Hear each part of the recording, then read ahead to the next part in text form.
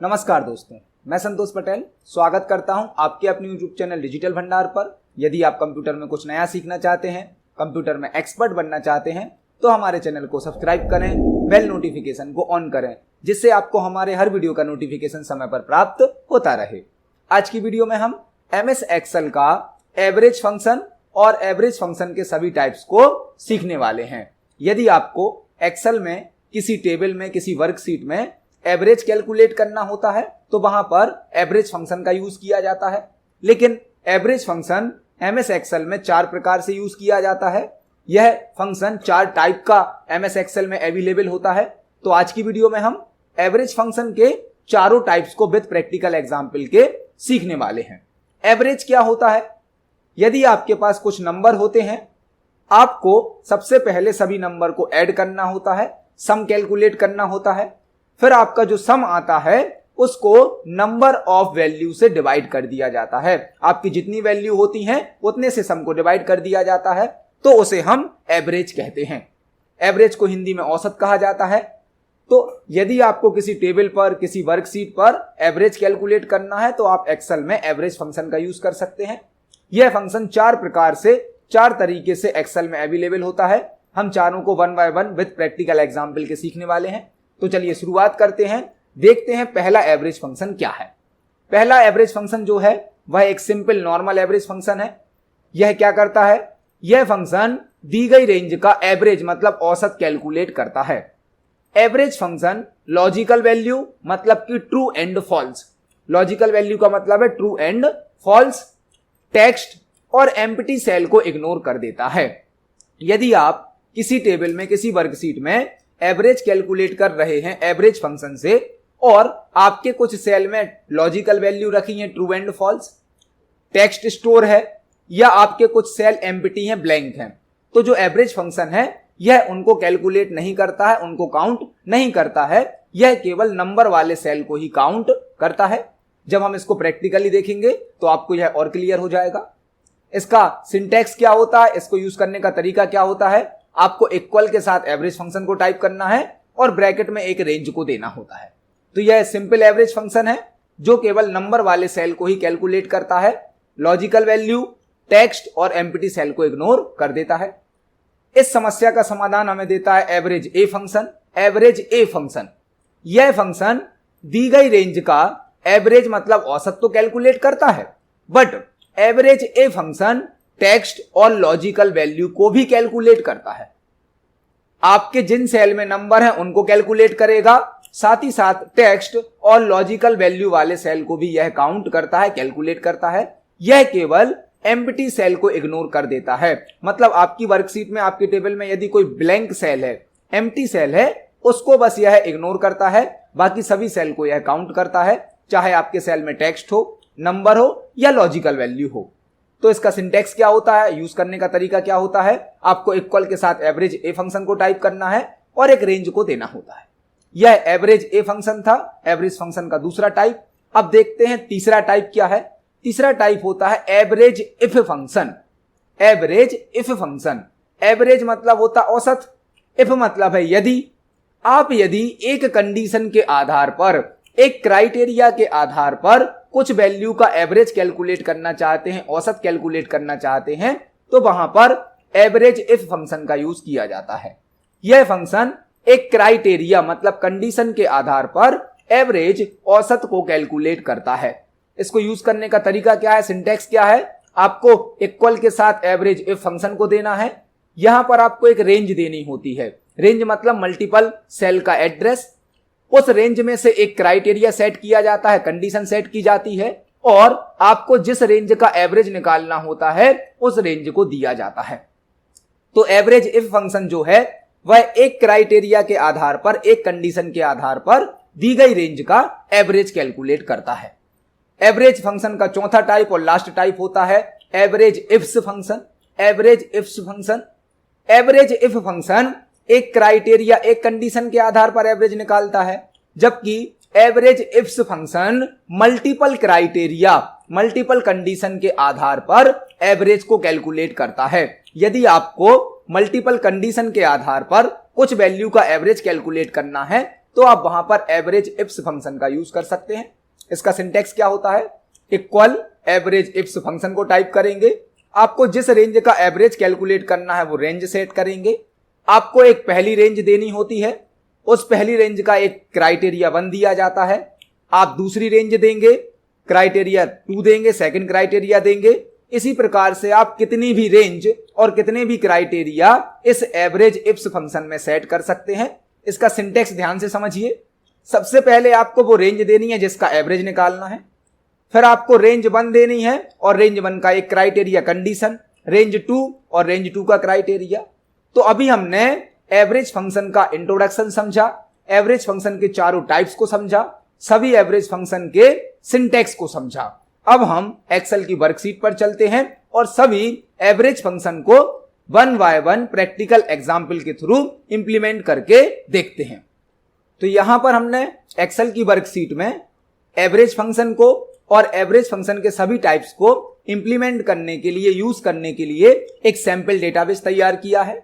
यह database student का है, जिसमें स्टूडेंट का रोल नंबर है, स्टूडेंट का नाम है, स्टूडेंट की कैटेगरी है, क्लास है, सिटी है और मार्क्स है। इस टेबल पर, इस सैंपल डेटाबेस पर हम एवरेज फंक्शन को और एवरेज फंक्शन के सभी टाइप्स को प्रैक्टिकली यूज करके देखने वाले हैं। तो चलिए देखते हैं पहला फंक्शन जो है एवरेज, उसका यूज किस प्रकार किया जाता है। यदि हमें इन सभी मार्क्स का एवरेज कैलकुलेट करना है, औसत कैलकुलेट करना है, तो हम एवरेज फंक्शन का यूज कर सकते हैं। एवरेज फंक्शन को यूज करने के लिए आपको जहां भी आउटपुट निकालना है, जिस सेल पर आउटपुट कैलकुलेट करना है, उस सेल पर आपको अपना कर्सर प्लेस करना होता है। फॉर एग्जाम्पल, हम अपना एवरेज K2 सेल पर कैलकुलेट करना चाहते हैं। इस सेल का एड्रेस होगा K2, तो हमने अपने सेल कर्सर को यहां प्लेस कर दिया इस सेल पर। सबसे पहले हम इक्वल को टाइप करेंगे, इक्वल टाइप करने के बाद हमें एवरेज फंक्शन को टाइप करना होता है।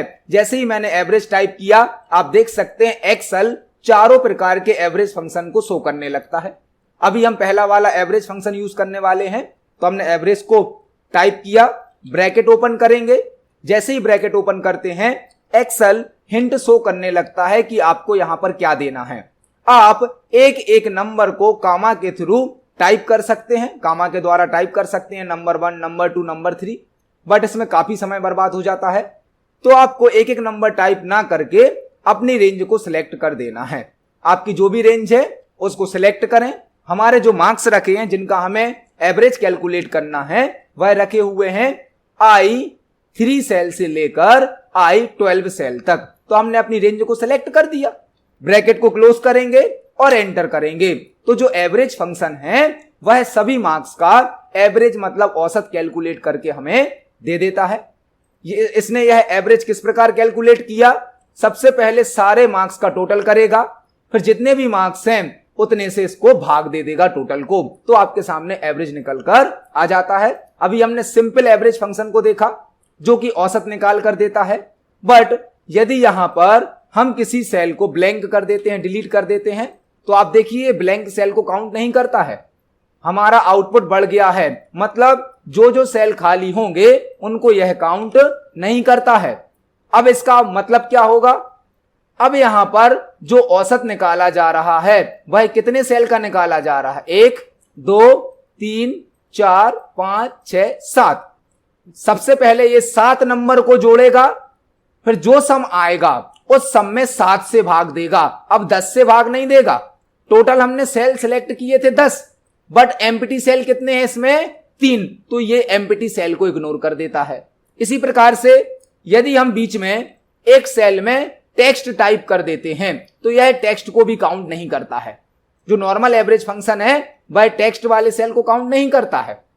इसी प्रकार से यदि हम किसी सेल में कोई लॉजिकल वैल्यू, कोई लॉजिकल नंबर 0 और 1 को टाइप करते हैं तो उसको भी यह काउंट नहीं करता है। आप देख सकते हो जब हम यहां पर कुछ नंबर टाइप करेंगे तो यह उसको ऑटोमेटिक काउंट करने लगता है। देख सकते हैं आप, जैसे ही हमने नंबर टाइप किया, औसत फंक्शन जो एवरेज फंक्शन है उसका आउटपुट अपने आप अपडेट हो गया है। तो अभी हमने सिंपल एवरेज फंक्शन को यूज करके देखा और हमने आपको यह भी एक्सप्लेन किया कि जो एवरेज फंक्शन है वह एम्प्टी सेल को काउंट नहीं करता है, टेक्स्ट वाले सेल को काउंट नहीं करता है और लॉजिकल वैल्यू वाले सेल को काउंट नहीं करता है। अब हम एवरेज फंक्शन का दूसरा टाइप देखते हैं, एवरेज ए फंक्शन।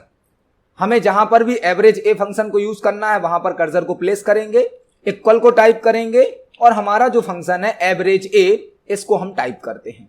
ब्रैकेट को ओपन करें, इसमें आपको कई वैल्यू देनी होती हैं, आप एक एक वैल्यू को कामा लगा के दे सकते हैं, बट एक एक वैल्यू को टाइप करना बहुत लॉन्ग प्रोसेस हो जाती है, तो हम अपनी रेंज को सिलेक्ट कर देते हैं। हमने फिर से वही रेंज दी है, हमारी जो रेंज है वह I3 सेल से लेकर I12 सेल तक है। ब्रैकेट को क्लोज करेंगे और एंटर करेंगे, तो आप देख सकते हैं एवरेज ए फंक्शन ने भी हमें एवरेज कैलकुलेट करके दिया है और एवरेज फंक्शन का एवरेज ए फंक्शन का दोनों का आउटपुट सिमिलर है, एक जैसा है। बट दोनों में अंतर क्या है, यदि हम यहां पर किसी सेल में टेक्स्ट के स्थान, नंबर के स्थान पर टेक्स्ट को टाइप कर देते हैं तो एवरेज जो नॉर्मल है, जो नॉर्मल एवरेज फंक्शन है वह टेक्स्ट वाले सेल को इग्नोर कर देता है, लेकिन जो एवरेज ए फंक्शन है वह टेक्स्ट वाले सेल को भी काउंट करता है। आप देख सकते हो एवरेज फंक्शन का आउटपुट ज्यादा आ रहा है और एवरेज ए फंक्शन का आउटपुट कम आ रहा है। क्यों? क्योंकि यह टेक्स्ट को भी काउंट करता है। यदि हम यहां पर कहीं कोई लॉजिकल वैल्यू टाइप कर देते हैं ट्रू या फॉल्स, तो आप देख सकते हैं यह उसको भी काउंट करता है, जबकि नॉर्मल एवरेज फंक्शन उसको काउंट नहीं कर रहा था। लेकिन जो एवरेज ए फंक्शन है वह ब्लैंक सेल को काउंट नहीं करता है और नॉर्मल एवरेज फंक्शन भी ब्लैंक सेल को काउंट नहीं करता है। दोनों में एक सिमिलरिटी है, दोनों ही ब्लैंक सेल को इग्नोर करते हैं, लेकिन एवरेज फंक्शन टेक्स्ट और लॉजिकल वैल्यू को भी इग्नोर कर देता है, जबकि average a function logical value और टेक्स्ट को काउंट करता है। अभी हमने एवरेज फंक्शन के दो टाइप देखे हैं, अब हम एवरेज फंक्शन के बाकी के दो टाइप भी देखते हैं। अगला फंक्शन है एवरेज का एवरेज इफ, तो हम एवरेज इफ फंक्शन को टाइप करते हैं। हमने यहां पर एवरेज इफ फंक्शन को टाइप किया, जैसे ही आप इसको टाइप करते हैं आपको यहां पर एक्सेल हिंट देने लगता है कि आपको क्या क्या सेट करना है। सबसे पहले आपको एक रेंज देनी होती है, रेंज। तो मैंने फॉर एग्जांपल यहां पर रेंज दे दी क्लास। हम जो एवरेज निकालने वाले हैं उसकी रेंज क्या है? क्लास। इसके बाद आपको कामा टाइप करना होता है, देन आपको क्राइटेरिया देना होता है। क्राइटेरिया का मतलब क्या होता है? कंडीशन। तो यहां पर डबल कोट में, डबल इन्वर्टेड कॉमा में आप अपनी क्राइटेरिया को सेट कर दीजिए। जैसे मैंने बोल दिया यहां पर हमें केवल उन्हीं वैल्यू का एवरेज कैलकुलेट करना है जिनकी क्लास DCA है। तो मैंने डबल इन्वर्टेड कॉमा में या डबल कोट में क्या लिखा? Equal DCA। ये हमारी कंडीशन हो गई, क्राइटेरिया। अब जो एवरेज कैलकुलेट होगा वह केवल उन्हीं स्टूडेंट का होगा जिनकी क्लास क्या होगी? DCA। इसके बाद आपको क्या देना होता है? Average range. तो हमें एवरेज किसका निकालना है? मार्क्स का। तो हम अपनी एवरेज रेंज को सेट कर देंगे। यहां पर आपको तीन वैल्यू देनी होती है, तीन आर्ग्यूमेंट देने होते हैं। सबसे पहले रेंज, तो रेंज हमने क्लास वाइज दी है। देन क्राइटेरिया, तो क्राइटेरिया हमने दे दिया DCA। और हमें एवरेज किसका कैलकुलेट करना है? मार्क्स का। तो हमने तीनों वैल्यू को सेट किया और एंटर किया। तो आप देख सकते हैं अब जो एवरेज कैलकुलेट होकर आएगा वह केवल उन्हीं वैल्यू का कैलकुलेट होगा जो DCA से मैच होती होंगी। यहां पर DCA की जो वैल्यू है, एक यह वैल्यू है, एक यह वैल्यू है, एक यह वैल्यू है और एक यह वैल्यू है। टोटल 4 वैल्यू हैं। पहली वैल्यू कितनी है? 50। दूसरी वैल्यू कितनी है? 40, तो हो गया 90। तीसरी वैल्यू कितनी है? 40, हो गया 130। और अगली वैल्यू क्या है? 45। 130 में 45 को जोड़ेंगे तो हो जाएगा 175। और 175 होने के बाद जो सम है आपका वो हो गया 175। 4 जगह DCA है, तो 175 को जब आप 4 से डिवाइड करेंगे, 175 को जब आप 4 से डिवाइड करेंगे तो आप देख सकते हैं कितना आउटपुट आएगा? 43.75। तो आपका जो आउटपुट आया है एवरेज इफ फंक्शन से वह बिल्कुल करेक्ट है। एवरेज इफ फंक्शन ने हमें जो आउटपुट निकाल कर दिया वह केवल उन स्टूडेंट का निकाल के दिया एवरेज जिनकी क्लास क्या थी? DCA थी। अब हम एवरेज फंक्शन का last type average ifs function और देखते हैं। सबसे पहले आपको इक्वल को टाइप करना है, एवरेज इफ्स फंक्शन को टाइप करेंगे।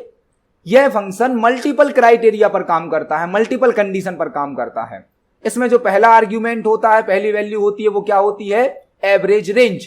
तो हमें एवरेज किसका निकालना है? मार्क्स का। हम अपने मार्क्स वाली रेंज को सेट करेंगे, कामा टाइप करेंगे। आपको क्राइटेरिया की फर्स्ट रेंज देनी होती है। क्राइटेरिया मतलब कंडीशन की पहली रेंज। तो मैंने यहां पर पहली रेंज दे दी कैटेगरी, हम कैटेगरी वाइज एवरेज निकालना चाहते हैं। ये हमारी फर्स्ट रेंज हो गई, कामा टाइप करेंगे। देन आपको क्राइटेरिया 1 देना होता है। क्राइटेरिया 1 मतलब कंडीशन 1। तो क्राइटेरिया को डबल इन्वर्टेड कॉमा में डबल कोट में दिया जाता है। मैंने अपना यहां पे क्राइटेरिया दे दिया ST। पहला जो रेंज दिया है वो रेंज क्या दिया है अपन ने, कैटेगरी, और कैटेगरी में सिर्फ क्या देखेगा अब ये ST। अब आपको क्राइटेरिया रेंज 2 देनी है, तो मैंने क्राइटेरिया रेंज 2 दे दी फॉर एग्जांपल दमू। एक क्राइटेरिया रेंज दी है कैटेगरी और एक क्राइटेरिया रेंज दे दी हमने सिटी। सिटी वाले कॉलम से ये किसी भी एक सिटी को देखेगा, तो हमने यहां पर जो सिटी का क्राइटेरिया वो सेट कर दिया दमू।